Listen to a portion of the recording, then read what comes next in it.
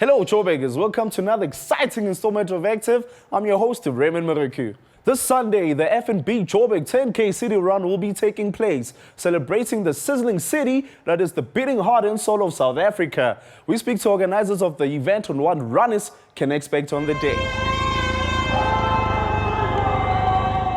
The F&B Joburg 10K City Run is part of the Run Your City series in South Africa, in Cape Town, Johannesburg and Durban. There are over 40,000 runners that take part in the series annually.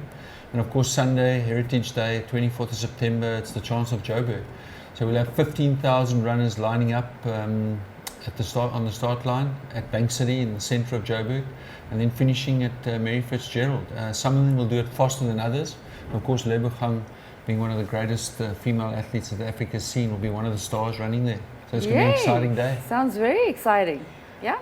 So is this similar to the New York Mile in any way? Well, a lot of people know the big marathons around the world, the New York Marathon and the Boston Marathon, the London Marathon, but the biggest running events in the world are actually the shorter distance running events, the 10 kilometer, 5 kilometer, 12 kilometer events. And we've really tried to establish a network of these events in South Africa. And part of the thinking is to take runners back into the city centre. And so as organisers, it's obviously challenging to take people into the city centre.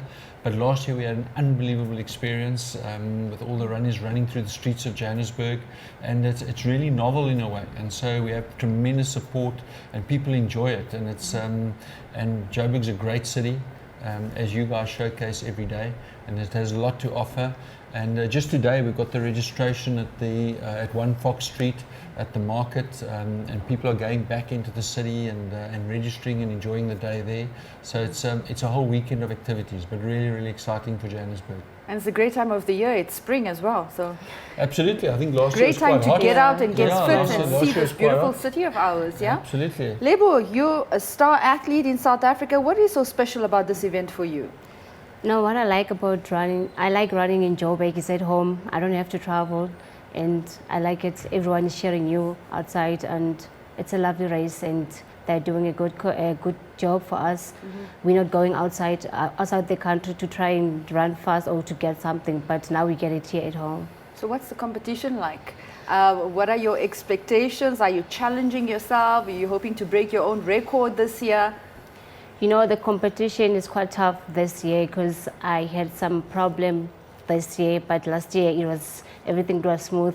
But I'm looking forward to defend my title again. Mm-hmm. It's not easy, but I am going to try. Fantastic. All the best to you. Thank you very much. Michael, just tell us lastly and very quickly, what kind of support did you get from the city of Johannesburg to host this event?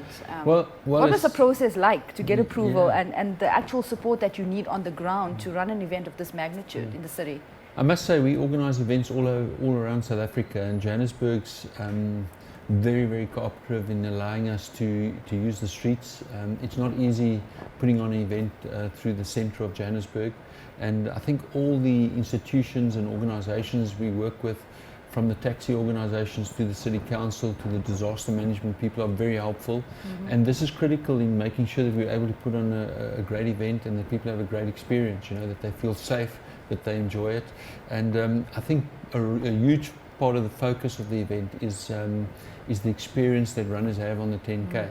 So not everybody's focused on trying to run as fast as possible like Randburg, but I think there are over 25 entertainment points on the route. So there's lots of noise and sound and entertainment. Fantastic. And acrobats and bands along the route, and that and refreshments, I hope. Absolutely, because it can be quite hot, as you said. So so we get great support, and of course we've got to monitor and make sure things go well. But everything's on track. The weather's looking good. And we hope Joburg today will be able to talk about a great event on Monday when you report back on the event. I'm sure we will.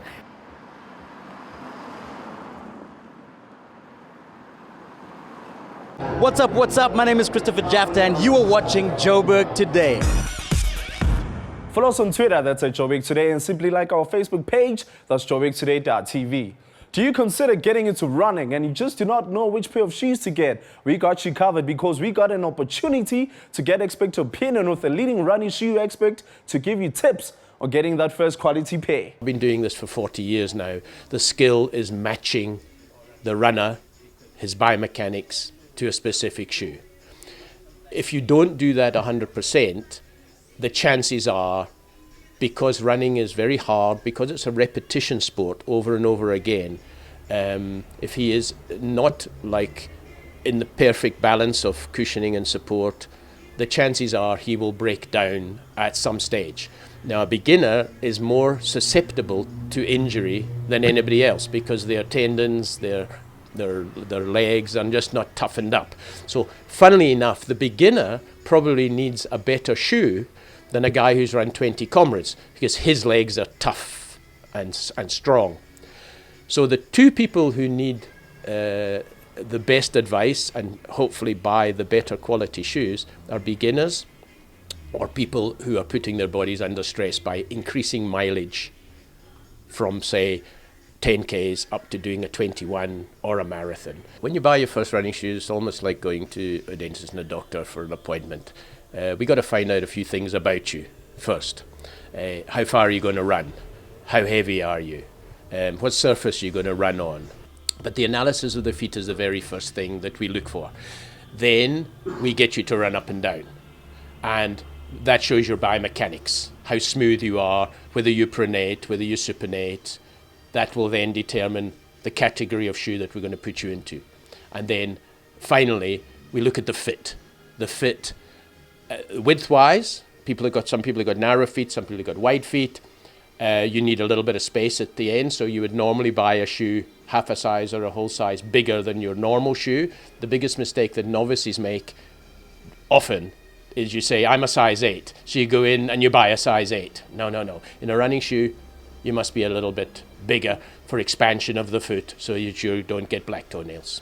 That's what we do, and we analyze a new customer who's never bought a pair of running shoes before or had ever proper advice before. For more news on the city, do check out our playlist. That's all from me, Ray, and the rest of the Joburg Today crew. Stay active.